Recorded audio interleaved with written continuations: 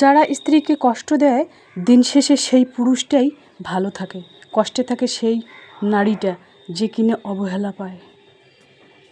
আল্লাহ অতিরিক্ত কোনো কিছুই চাই না, যতটুকু হলে জীবনটা সুন্দর হয় আমাকে ততটুকু দান করুন, আমিন।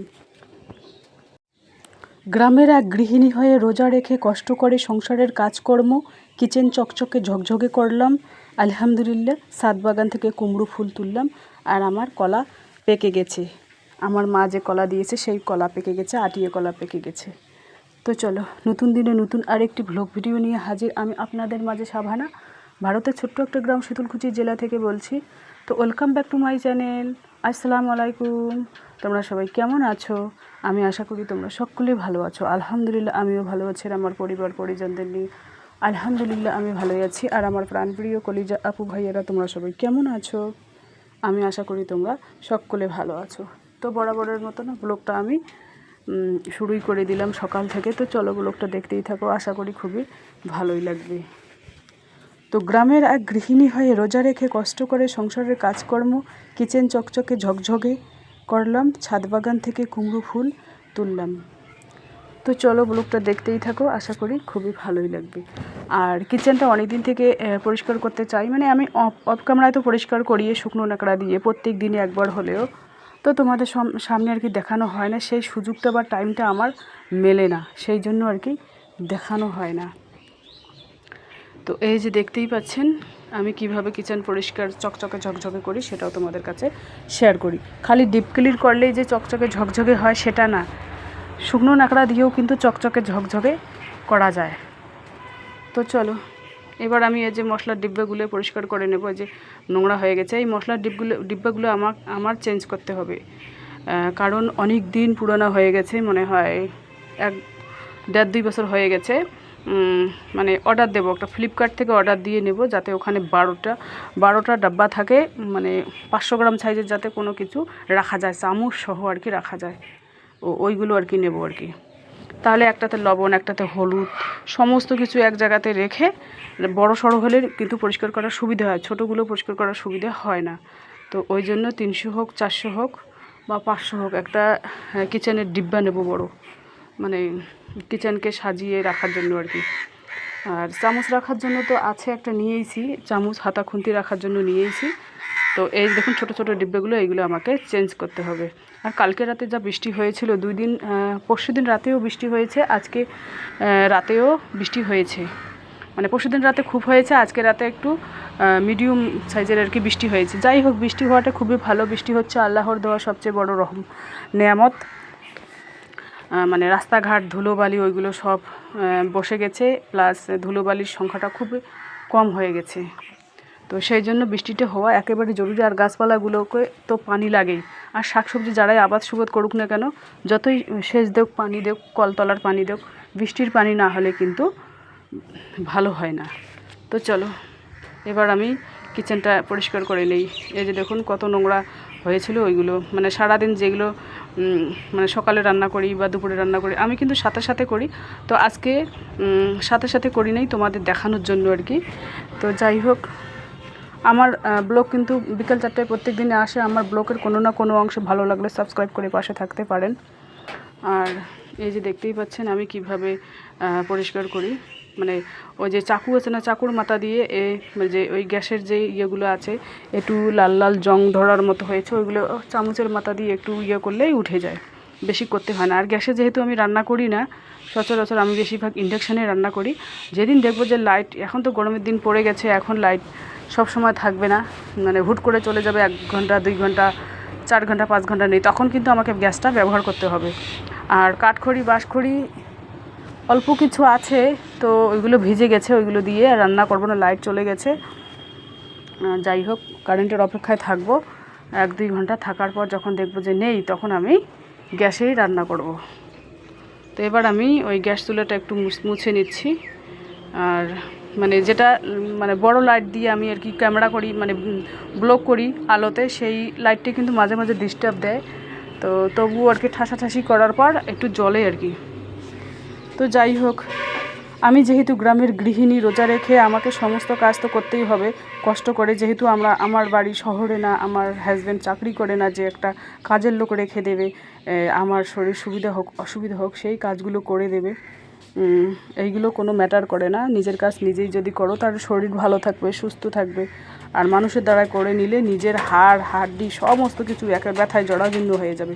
আমার কথা এটা। কিচেন চকচকে ঝকঝকেও করব। আর ছাদ বাগান থেকে যদি একবেলা আধবেলা সবজিপাতি আমি এনে রান্না করি তাহলে এখান থেকেও 2 টাকা হলেও সঞ্চয় হয়, এটাই আমি মনে করি আর কি। তো আমি মনে করি মানুষের বাড়িতে যেমন কী আছে, মোটর আছে, মানে অনেক সুবিধাজনক জিনিস আছে, ফ্রিজ আছে। আমার বাড়িতে কিন্তু সেই সুবিধাজনক জিনিসগুলো নেই, কারণ আমি নিজেই রাখি না সুবিধাজনক জিনিসগুলো। এই কারণে রাখি না, দেখুন কলতলা দিয়ে যদি কল দিয়ে পাম্প দিয়ে যদি পানি বার করে আমি কাপড় চোপড় পরিষ্কার করি ধুই, তাহলে ওখানেও একটা এক্সারসাইজ হয়। হ্যাঁ, আর নিজে ঝাড়ু দেই, নিজের কাজ নিজে ঝোল ঝাড়া যে কোনো কাজ করি না কেন নিজে যদি করি তাহলে নিজের এক্সারসাইজ হয়, নিজের শরীর সুস্থ থাকে।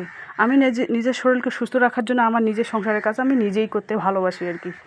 তো যাই হোক, সংসার ভাঙা হোক চূড়ে হোক, ঘর বাড়ি ভাঙা হোক চূড়ে হোক, টিনের হোক কিসের হয় হোক, সংসারের কাজ ভালোবেসে যদি করা যায় সাজিয়ে গুছিয়ে, তাহলে কিন্তু কষ্ট বলে মনে হয় না। আর যদি আমরা কষ্ট মনে করি তাহলে কষ্ট হবেই। যে কোনো সংসারে যে কোনো কাজকে, কঠিন কাজকে যদি আমরা সহজ করে নেই তাহলে কিন্তু কোনো কঠিন মনে হয় না। যদি কঠিন মনে করি সহজ কাজটাকে তাহলে কিন্তু কঠিন মনে হয়। তো চলো দেখতেই থাকো, আশা করি আমার ব্লগটা খুবই ভালোই লাগবে। তো এভাবেই আমি আর কি কিচেনটা চকচকে ঝকঝকে করে নেব, তাহলে আর কি দেখতে বেশ ভালোই লাগবে। আর আমি ভিডিওটা এডিট করতেছি নিচে কলতলার মধ্যে, মানে রাত্রিবেলা বৃষ্টি হয়েছিল, সেই জন্য ভাবলাম যে না একটু রোদের মধ্যে বসি, একটু ঠান্ডা ঠান্ডা লাগতেছে, ওই জন্য আর কি নিচেই চলে আসলাম। আর এই যে দেখুন, এবার আমি কি ওই যে স্টিলের রেকটা আছে ওটা আমি এখন করব না, ওটা পরিষ্কারে আছে। আমি প্রত্যেক দিনই শুকনো ন্যাকড়া দিয়ে মুছি, ডিপ ক্লিন করার কোনো প্রশ্নই ওঠে না, সেই জন্য ডিপ ক্লিন করা হয় না। তো এই যে দেখুন, সমস্ত কিছু যদি প্রত্যেকদিন একবার করে শুকনো ন্যাকড়া দিয়ে ঝাড়া মোছা করে রাখা হয় তাহলে কিন্তু চকচকে ঝকঝকে থাকবে। আর যদি ওই মাসকে ফসকে একদিন ঝাড়া মোছা হয় তাহলে তো একেবারে 2-3 আঙ্গুল একেবারে ধুলো বসে যাবে, তখন কিন্তু পরিষ্কার করতে আমারও কষ্ট হবে। আর প্রত্যেক দিনের কাজ প্রত্যেক দিনে করলে কিন্তু অত কষ্ট মনে হয় না, এটাই আমি মনে করি আর কি। তো আমি চাই প্রতিদিনের কাজ প্রতিদিনে করার চেষ্টা করি। কেউ কী করে অনেকগুলো কাপড় জমিয়ে রাখে, একদিনে, সপ্তাহে 10 দিনে 15 দিনে ধোয়। আমি কিন্তু ওইগুলো করি না। আমি প্রতিদিনের কাপড় চোপড় প্রত্যেক দিনই ধুই, 2টে হোক, 1টা হোক, 3টে হোক বা 4টে হোক, তাহলে আমার নিজের কষ্ট বলে মনে হয় না। আর যখন অতগুলো কাপড় একসাথে ধোবো তখন কিন্তু কষ্টটা মনে হবে। তো আজকে রান্না হচ্ছে ল্যাটা মাছ শাক দিয়ে আর কুমড়ো লাউয়ের বীজের ভর্তা করব। এই যে দেখুন কলা তোমাদের দেখাচ্ছি, আমার মায়ের বাসার কলা পেকে গেছে, ঢেকে রেখে দিয়েছি। কোথাও গেলে নাকি কলা দেখে গেলে স্বাদ নষ্ট হয়, স্বাদযাত্রা নষ্ট হয়, সেই জন্য কলা ঢেকে রেখে দিয়েছি। 3টে কলা পেকে গেছে। এইগুলো কলা দাম করেছে সেদিন 15 টাকা জোড়া। তো একটা কলার দাম হচ্ছে সাড়ে 7.5 টাকা আর কি। তো 3টে কলা আছে, মেয়ে একটা খাবে, আমি 2টো খাবো। ছেলে তো খাই না, ছেলে বাসায় নেই, হাজব্যান্ডও বাসায় নেই, আমরা দুজনেই আছি। তো যাই হোক, আমরা দুজনেই খেয়ে নেই। ওরা আসবে সন্ধ্যার সময়, ছেলেও সন্ধ্যায় আসবে, ছেলের আব্বাও সন্ধ্যায় আসবে, তখন আরও কলা পেকে যাবে। যেহেতু গরম পড়ে গেছে, 2-3টে করে কলা পাকতেই থাকবে প্রত্যেক দিন, তখন খাওয়া যাবে আর কি। একদিনে সমস্ত কলা পাকলে খাওয়া তো সম্ভব হবে না, তাই না? তো চলো দেখতেই থাকো ব্লগটা। এখানে বস্তার মধ্যে ধান রেখে দিয়েছি। এবার আমি ওই নিচের উঠানটা একটু ঝাড়ু দিয়ে নেব, আর ছাদ বাগান থেকে কয়েকটা কুমড়ো ফুল ছিঁড়ে নেব, কুমড়ো পাতা। কালকে কুমড়ো পাতা, মানে আমার ছাদ বাগান থেকে প্রত্যেক দিনে 5টা-7টা করে কুমড়ো ফুল হয়। আর ওই কুমড়ো শাক আছে, লাউ শাক আছে, অল্প হলেও আছে। আবার পুঁইয়ের যে বীজগুলো আছে, পুঁইয়ের বীজগুলো একদিন রান্না করব। আমি মোবাইলে দেখি তো পুঁইয়ের বীজ ওই আলু বেগুন দিয়ে একটু ওই ভাজা করা হয়। ওইগুলো পুঁইয়ের বীজের নাকি আলাদা রকমের আর কি ভিটামিন, সেই জন্য আমার এখনও খাওয়া হয়নি। ওই লাল টকটকে হয়, সেই জন্য মেয়েও খেতে চাইবে না, আমার জন্য একটু করে নেব। আর প্রত্যেক দিনে যদি আমার ছাদ বাগান থেকে একবেলা, আমি প্রত্যেক দিনে একবেলা করে হলো নিজের ছাদ বাগানের সবজিপাতি ব্যবহার করি, তাহলে 2 টাকা হলেও সাশ্রয় হয়, আর স্বাস্থ্যের পক্ষেও খুব ভালো হয়, যেহেতু আমি সারটার কোনো ব্যবহার করি না। আর কুমড়োর যে ফুলগুলো, কুমড়োর যে ছোটো কুমড়ো হচ্ছে জ্বালা কচি, ওইগুলো কিন্তু পচে যাচ্ছে। ওইগুলোকে নাকি ঘোড়া বানিয়ে রাস্তার মধ্যে দিলে নাকি কুমড়ো মানে পচবে না। তো এই যে দেখুন কত বাঁশপাতা, আমার উঠানের মধ্যে অনেক অনেক বেশি বাঁশপাতা পড়ে যায়, ওইগুলো ওই হাওয়াতে আসে, তো অনেক কাঁচরা হয়ে যায়। এইগুলো প্রত্যেক দিনে 2 বেলা করে যদি ঝাড়ু না দেই তাহলে পুরো বাড়ি একেবারে ভর্তি হয়ে যাবে, জঙ্গল হয়ে যাবে, তখন দেখতেও খারাপ লাগবে। সেই জন্য 2 বেলায় ঝাড়ু দেই।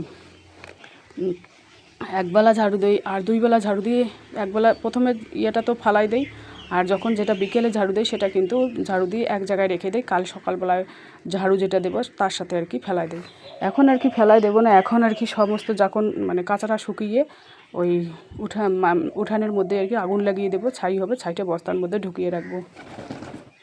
তো চলো, এই যে দেখুন কুমড়ো ফুল কত সুন্দর হয়েছে। আর এই যে দেখুন ওই পুঁইয়ের যে বীজগুলো আছে, এই যে দেখুন লাল লাল হয়ে গেছে। যখন কচি ছিল তখন কিন্তু খাওয়া আরও ভালো ছিল। তো যাই হোক, পাকায় একদিন রান্না করব, দেখি কেমন লাগে।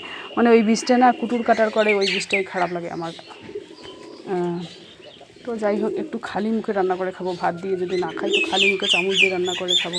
তো চলো, মুরগিদের তোমাদের এক ঝলক না দেখালেই নয়, মুরগিদের দেখাতে হবে, অনেকদিন থেকে দেখানো হয় না, যেহেতু রোজা রাখি অত কিছু দেখানো সম্ভব হয় না। আর বিকেলে দুধের শরীর একটু ক্লান্ত হয়। যাই হোক, 2 দিন বৃষ্টি হলো, এখন আর ওই পানির পিয়াস লাগছে না আর কি। এই যে দেখুন মোরগটা কত সুন্দর, এই যে দেখুন অর্ধেক ঝাড়ু দিয়ে নিয়েছি, এখনও অর্ধেক ঝাড়ু দেই নেই উঠানটা। তো ভাবলাম তোমাদের এক ঝলক দেখিয়ে দিয়ে তারপরে অর্ধেক বাড়িটা ঝাড়ু দেই। এই যে দেখুন বাঁশপাতাগুলো চারপাশে পড়ে আছে। তো চলো, আজকের এগুলো পর্যন্তই। ততক্ষণ তোমরা সবাই সুস্থ থাকো, সাবধানে থাকো, টাটা, আল্লাহ হাফেজ। আর আমার মুরগির ফার্মে, ছোট্ট ফার্মে কিন্তু একটাই মোরগ আছে, আরও লাগানোর কথা আছে, মানে 100 কুইন্টাল মানে 80 পিস মোরগ লাগানোর কথা আছে। আমার এখানে আছে 2 কম 20টা। তো ফিড খাওয়াবো, এবার ধান টান খাওয়াবো না, ডিমের ফিড খাওয়াবো আর কি।